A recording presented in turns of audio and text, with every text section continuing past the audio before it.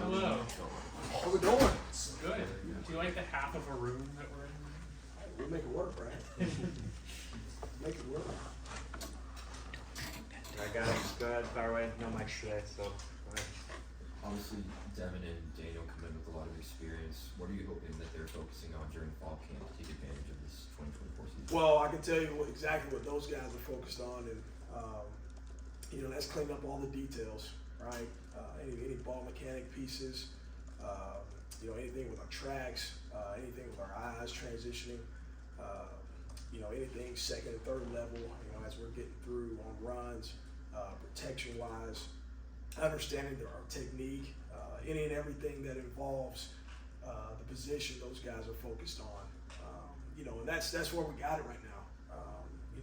We're highly focused on the details of the position and mastering those skills. So those guys have done a really good job throughout camp of just challenging each other, challenging the room to be their very best in all those pieces. So.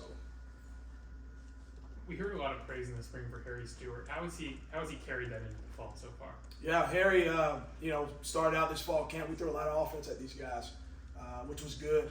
So he was, early on slow a little bit, playing a little bit slow. But as we have recalled some things now, going into this was the 9th practice. You start seeing him playing a lot faster, which is pretty typical of young guys. You throw a lot at them early. They come out the gate a little bit slow, thinking a little bit on runs or protections here and there. But as those guys are piecing together, he's done a really good job so far. And I would even comment on Johnny as well. He's starting to turn the corner on some of those pieces too. So, as things slow down and we get some more recall on some pieces, those guys are starting to speed up a lot more, which is exciting. Yeah, what have your points of emphasis been with Johnny? Yeah, it's everything that the same points of emphasis that I have for him is the same that I have for Dev when it comes to playing the position. Obviously they're at different stages in their career. Johnny being on the front end of it and still understanding the offense, still trying to piece together the fundamentals of the position and put it all together. As he gets reps, it's really starting to piece together for him really well. After the scrimmage, Lance said that you kind of taking it easy on Devin. You guys just limiting him a little bit. Yeah. Devin's played a lot of football, right? And the way that we structure our scrimmages, there still was a lot of work that Dev got, in our thud periods, that we had and some one-on-one stuff with the backers. So a lot of good work that was still, there for Dev to be able to get, because we gotta find ways to get those guys the reps that they need too. So I really love the practice structure that we have set for, guys like him to still be able to get work in and not just be a day where he's just taking off. So, What did you take away from the scrimmage for your group overall? Yeah, I think some of the older guys are in rhythm. Obviously that being Dev and Deuce, was really, really excited to be able to get a lot of work for Savion. Get him back in the flow of things. He didn't really go a whole lot this spring, being nicked up here and there, and he's done a really good job of managing himself and his body and his process when he walks in the building of taking care of his body the way that he needs to. And that's given him some opportunity to be able to take a lot of those reps with the ones. Younger guys, like I said earlier, those guys are right where I kind of expected them to be. Just in terms of where their level of understanding with the offense is. What we want to see out of those guys is them taking the next step of having that confidence and the competence, right, to be able to get in and take reps and execute at a high level. And being able to play fast. I think that's the biggest thing. Them taking advantage of the time that we have right now in fall camp and maximizing those opportunities and meetings and having Dev and Deuce teach those guys. I really do think that, as we continue to go along, it's going to continue to get better for each and every one of them. Do you see any similarities, maybe not in playing style, but just an approach to the game between Devin and Harry? Certainly, I do see some similarities there. And the thing about it for Harry, Harry is he's really starting to catch his second wind of everything. And I think that's what really makes it exciting for a guy like him.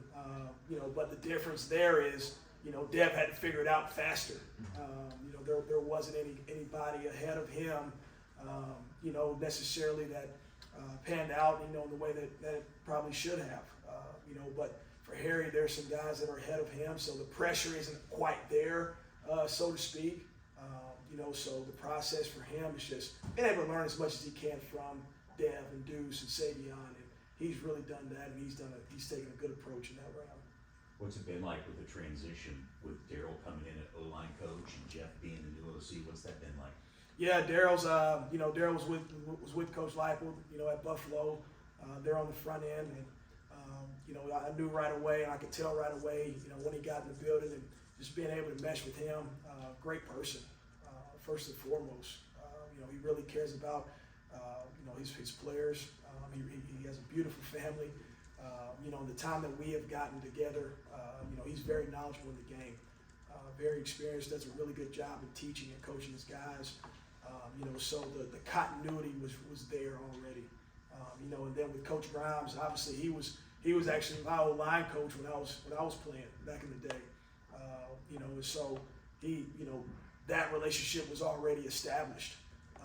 You know, we talked quite a bit even in the hiring process, and you know, and that relationship has just get carried over now. You know, just being in the room together, and it's been a really fun experience with Coach Grimes, and just being able to be side by side with him now has been a lot of fun. So We've seen what Devin and Daniel can do, but with Savion, it's kind of been a small sample size so far. What do you think he can bring you guys when he's healthy? yeah, I think what you saw really year 2, you know, when Savion got here, you know, he's flashy, right? You know, when he's out on the field, he's explosive. You know, and I'm not going to get into, you know, specifics in terms of how we will utilize him, but he has a unique skill set to be utilized in a lot of different ways. You know, and you saw probably bits and pieces of that towards the end of the year when we were able to get him in, especially against Kansas State on a few things. You know, so he's going to be that guy that can be a change-up back for us. You know, and one area that he's getting really good at is pass protection. You know, as we've gone through fall camp and really seeing some growth in that aspect for himself. And it's going to help him be able to get in the game more. You know, you got to, the way that we train our guys is to be all down backs. You got to be able to do everything. But there's still going to be roles that we seek out for each of these guys to be able to play them. You know, and he's starting to turn the corner in a lot of those ways as he continues to stay healthy. How do you find that balance when you have two top backs and one top back who demands so many carries because they're so talented, but also fitting in other people when possible? Yeah, I mean that's our job as coaches, right? To find ways to spread the ball around and play to our strengths. You know, there's probably things that Savion does a really good job at that, you know, maybe we don't have to put that on Dev or put that on Deuce. You know, so being able to find ways to include him in the you know, in the game plan process, you know, is a lot of fun. And you know, we've done that before. We're going to continue to do that and find ways to get those guys all on the field at once. Coach, how much does the having not only two veteran guys at the position, but having them with sort of complementary styles, what does that do for the productivity of the running back position in terms of Longevity. game day contribution? I mean, they're able to be fresh, you know, so there's confidence as a coach to be able to throw either of those guys out there, you know, and be able to take on those loads together, and they're even more dangerous when they're on the field together. You know, but when you get to the latter end of those games, the third and fourth quarter, you know, both of those guys are you know, they still got juice in the tank, per se, right? And, you know, and that's what's really exciting about that, just having some veteran guys. But also, too, you know, I think that their relationship and the way that they handle playing together and being in the same room and challenging each other is one thing that I think stands out the most about them. They're complementary, not just in style of play, but also in their relationship with each other. They're selfless. You know, there is no selfishness there. Now, they're both hungry and they're eager and they want to be the one either with the ball or just in the game blocking, right? You know, and so that's something that's really fun to be able to see and be able to guide as a coach or those two type of guys in the room. So, Thank you. Based off that, Coach, coach, right? When you have two guys like that, one is better than, two is better than one. For the young guys to see that juice and that energy that they have and be able to have that going into next year, they have two guys that they can really learn from quickly. Just from your perspective, is that big too to have two better than one, if you will? Heck yeah. I mean, in short, for those young guys, they're also able to see, man, what it really takes to be a team, right? What it takes to be a unit.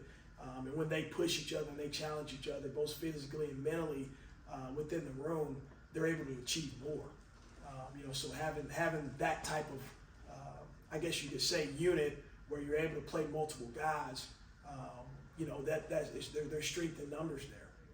And so I'm really, really excited, for this room, but also they understand the expectation that we have set for ourselves within the room of what we want to achieve and what we want to set out for this fall.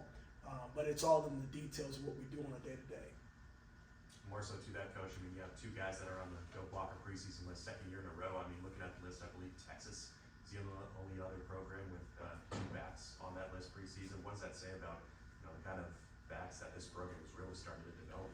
Yeah, it's an elite backfield, and a lot of that has to do with how the young men have approached the game of football. How they live their lives off the field. And there's always room to get better. And that's on and off the field. Our process and what we do and how we do things. You hear that a lot from Coach Leipold. And that's on me as a coach to make sure that I hold those guys to that standard. Because that's what they want. That's what they tell us, right? And in the recruiting process, that's what we lay out for those guys. And so they come and embrace those pieces. But we also hold them to those standards and remind them, hey, this is what you said you wanted. It's exciting to be a part of, but again, and I've shared this with the running backs this fall camp pretty consistently. We will get out of this what we allow each other to do, right? So in other words, for us to be the best that we want to be, we got to push each other. We can't just hold back. We can't just say, oh well, Dev, even for Dev, like he coming back and making that decision to be back. Well, it's not just about you. It's about this team, right? And he understands that. And so the way that they approach it and the way that they attack it each and every day, it's exciting and refreshing to be around. Coach, with the obvious, with being tackled, pass protection, catching passes out of the backfield, everything that's demanded of a running back, is there an argument to be made that it's the most physically demanding position in football? Well, let's not take let's not take anything away from those guys in the trenches, right? It's every day. It's every rep for those guys, but it definitely requires a lot more. You have to have a unique skill set to be able to play the position, and I think even from the perspective of teaching it, there's a lot that goes into it, and so our guys understand that and they know that, and we push each other. And I said, man, you heard me right when I said that we push each other in the room. And even for Dev, he's constantly asking and trying to seek out every little bit of information that he possibly can to be the best version of himself. So earlier when I talked about, those guys are right in stride. That's what I want to see, and that is what we're seeing out of even guys that are in their 4th and 5th years of playing college football. They're still eager and hungry, right, to want to learn more. So that's what really makes this career, man, so exciting as a coach, is having guys that want to do it each and every day. Thank you. Anything else for Coach Wallace? Coach, maybe I just missed it earlier, just looking at some of the backs that were out there today. Highshot Jr., was he among that core going today? Not today. A little bit nicked up here and there, but we'll be good. Thanks, everyone. Thank you.